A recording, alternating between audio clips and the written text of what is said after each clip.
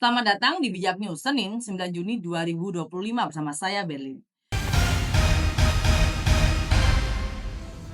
Informasi pertama, mantan Hakim Mahkamah Konstitusi Prof. Marwarar Siahaan mengkritisi tajam kondisi penegakan hukum dan independensi lembaga yudikatif serta dunia akademik di Indonesia. Ia menyoroti kasus dugaan ijazah palsu Presiden ke-7 Jokowi dan potensi pemakzulan Gibran selaku wakil presiden sebagai bukti makin rapuhnya sistem hukum. Dalam pandangannya, ketika lembaga penegak hukum sudah tidak fungsional dan benteng terakhir yakni Mahkamah Konstitusi pun mulai runtuh, maka kepercayaan publik akan hancur. Ia menyatakan kalau benteng terakhir sudah roboh habis menandakan kekhawatirannya terhadap runtuhnya independensi hakim akibat interferensi kekuasaan. Ia juga menyebut bahwa dasar hukum untuk pemakzulan ada bila presiden terbukti tidak mampu secara jasmani dan rohani. Yang bisa diangkat melalui mekanisme DPR dan Mahkamah Konstitusi lebih jauh. Prof. Marwarar juga mengkritik keras keterlibatan dunia akademik, khususnya UGM, dalam politik kekuasaan.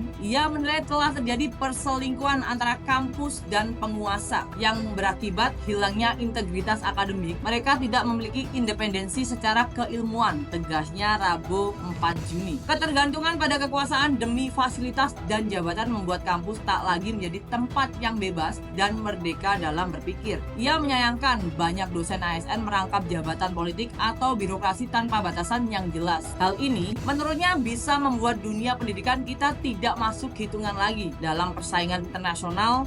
Ia pun mengajak semua pihak kembali pada esensi keilmuan dan konstitusionalisme agar hukum benar-benar menjadi panglima dan bukan alat kekuasaan. Rabu 4 Juni.